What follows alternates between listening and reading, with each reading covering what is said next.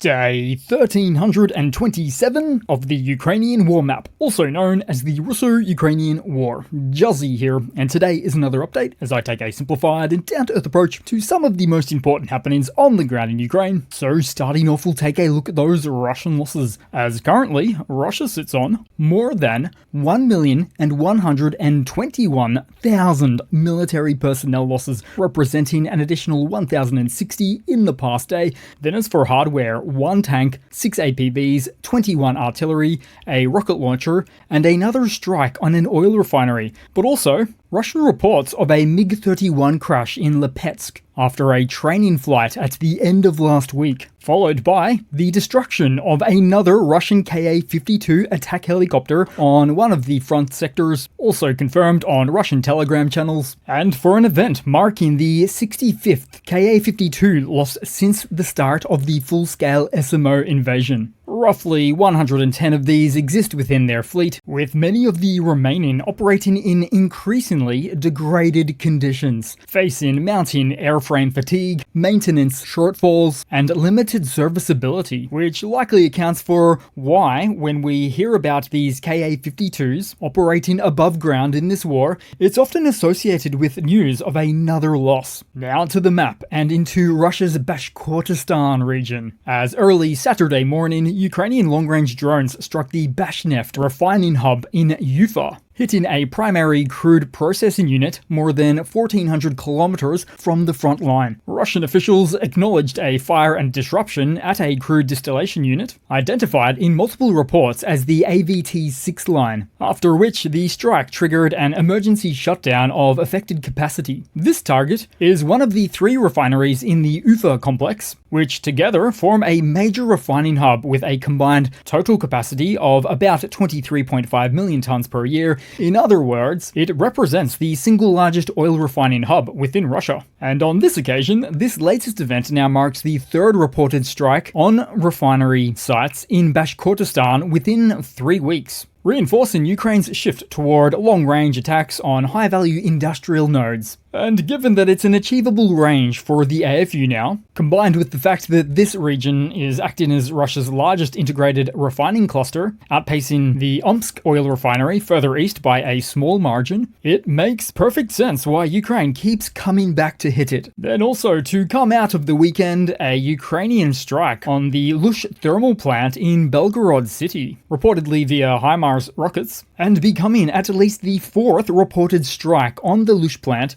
or its adjacent substation in recent weeks, escalating the Ukrainian targeting of Russian energy infrastructure in retaliation for attacks on Ukrainian cities. Russian Z channels confirmed these strikes on the Belgorod power plant, while the local governor reported a case of burning garbage without confirming the power plant hit. So Russian officials refer to their power plants as burning garbage now. And so the repeated strikes on the Lush thermal power plant in Belgorod has strategic benefits primarily aimed at weakening Russia's operational capacity and morale near the border, and it also forces a resource reallocation of Russia's limited availability of air defense systems, alongside producing psychological and political pressure, eroding the public confidence in Russian authorities' ability to protect border regions. Following this event, Ukrainian drones struck near the Smolensk aviation plant over the weekend, sparking fires and power outages across parts of the region, as per local accounts. The Smolensk governor claimed several drones were intercepted, but that somehow debris hit the plant and nearby utility lines, cutting electricity and water, particularly in the Zadneprovsk industrial district. Surely no coincidence, being a tight sector within Russia's defense industrial base. Then to Moscow, with a string of fires to be seen. First up, another warehouse suddenly caught fire in the Elektrostol district near the city.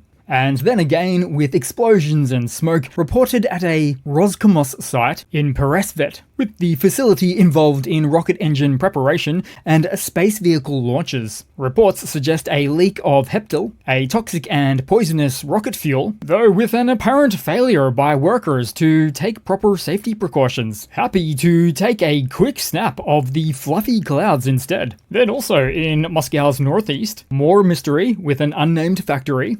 producing black smoke on this account, as if Moscow had just elected a new Dark Lord Pope. But that's a ridiculous statement to make, as Russia doesn't really have elections due to a position permanently occupied in the Kremlin. Then to move back down south on the map to Rostov, as more reports surfaced on UAV activity, with strikes on the Sokoldonya oil pumping station in Russia's southwest. The distribution panel belonging to the NPS substation was completely destroyed, and the pumping station itself was damaged. The station's operation was practically paralyzed. So another week, another oil pumping station. And on some occasions, not an incident marked in weeks, but days. Now to the main map, where the armed forces of Ukraine have taken control of the Russia-Ukraine border region just beyond the final town of Stepne in Sumy, encroaching upon Kursk territory in this northern sector, maintaining the pressure on this front, and to add to that pressure, also seen, with a possible FPV strike in Rilsk. And then in an unrelated set of strikes nearby, the Novum group from Ukraine's Ballista Special Operations Unit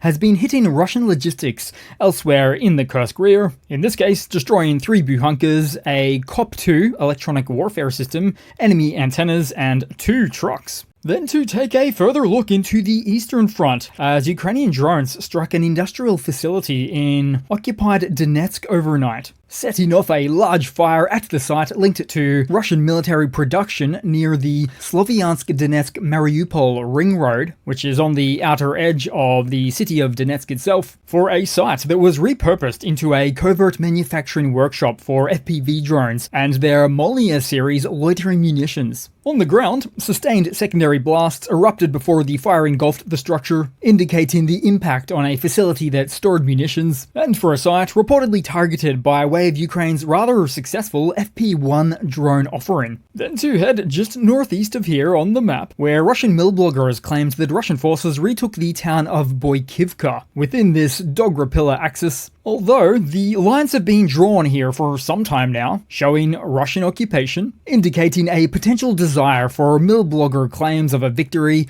on this section of the map, typically performed as a means to keep the Russian MOD, the commanders up the chain, a little happier or a little less demoralized. Next up, and to the southeastern front, with a small contingent of Russian infantry previously making a dash for Oleksivka, reported to be around Thursday of last week. And now, in follow-up, the AFU performed targeting of these holdouts, with these invader movements acting as a classic case of Russia's ongoing jump for the main roads adjacent to a settlement. Now, theoretically, the Russian forces could have pushed north of here instead of west, into the above interconnecting road junction point, but the previous attempts have proved far too difficult for them, leading to multiple recent pushes to the west at Oleksivka, with this latest bout of course not being the first time in their ongoing series of meat grinder tactics. Now to the Lerman direction into the occupied rear, as Ukrainian military from the Signum Battalion continue to destroy Russian supply vehicles,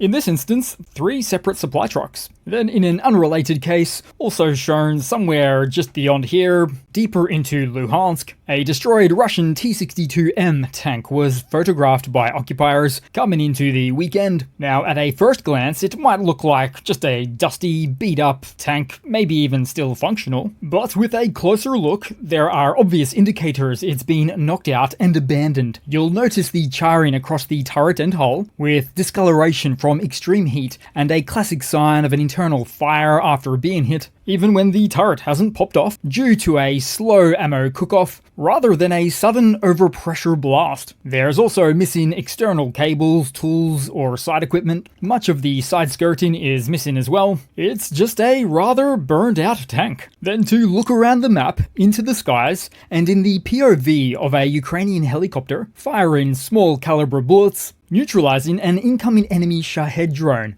Guns cocked, spotlight on. The 7.62mm PKM machine gun is a go. Next up was the case of a destroyed invader electronic warfare installation due to 2 incoming AFU FPVs. By the time the second FPV came into the scene, the first had already turned the jammer into scrap metal with trust issues. Interestingly, not long before this, we actually got to see the Russian POV Zelensky, as they were in a rather celebratory mood when speaking of their new expensive EW equipment, with the follow-up visuals later to show as they expressed their upset on the event that unfolded before them. You also have to question, was the jammer not performing its job, or were the Ukrainian FPVs running on fiber optics? But either way, always with a decent chance that the unit received was an overpriced and underperforming piece of tech that was going to find itself at the end of a drone cam anyway. Then back to the air, as Ukraine's Vampire APKWS system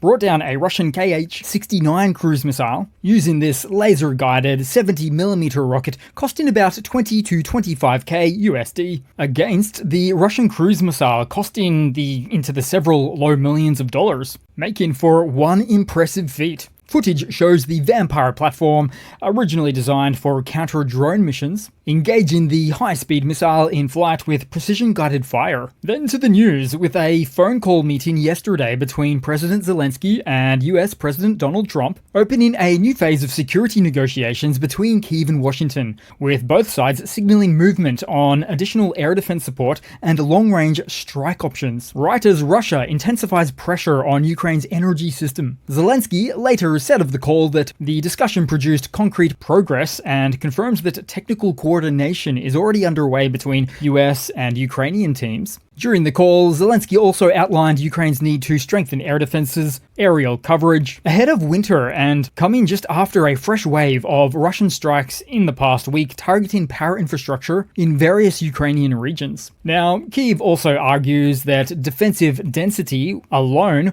will not deter further strikes, leading to the desire and strong push for a credible long-range response that is now becoming a necessary pillar of its national defense strategy. Within that context, Ukraine's foreign ministry confirmed yesterday that talks have continued on a potential US transfer of Tomahawk cruise missiles, with negotiations focused on practical deployment formats rather than just political signaling. Meanwhile, in Kremlin news, Putin responded to Trump's suggestion of the possibility of supplying Tomahawk missiles to Ukraine by accusing the US president of bluffing and framing it as a blackmailing tactic. As such, Putin explained during a press briefing that Russia would strengthen its air defenses to counter any Tomahawks if they are supplied. No doubt it's a public flex against the backdrop of increasingly strained multi-layered air defenses within the motherland that remain under constant pressure from slower Ukrainian drones, which have repeatedly inflicted damage on Russian oil refineries, for instance. As a result, it raises questions over how Moscow could credibly respond to a cruise missile threat such as that of the Tomahawk, given the vast difficulty Russia already faces with existing inbound AFU UAVs. And yet, through it all, from the moment Russia announced this full-scale SMO invasion